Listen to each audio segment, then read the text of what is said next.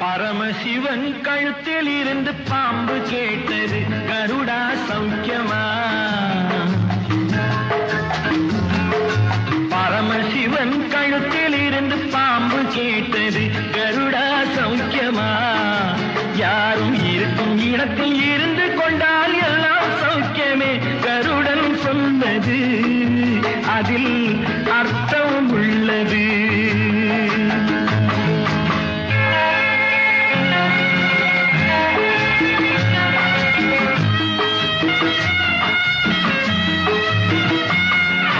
உயர்ந்த இடத்தில் இருக்கும் போது உலகம் உன்னை மதிக்கும், உன் நிலைமை கொஞ்சம் இறங்கி வந்தால் நிழலும் கூட மிதிக்கும்.